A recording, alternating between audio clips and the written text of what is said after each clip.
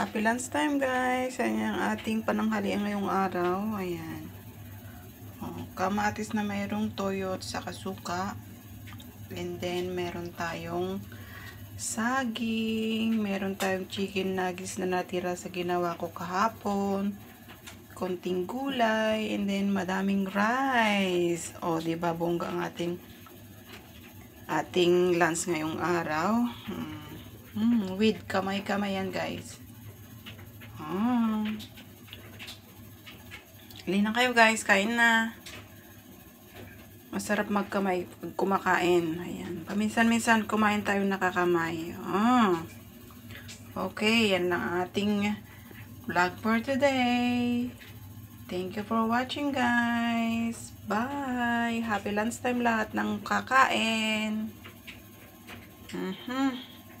Busog na naman si Inday nito.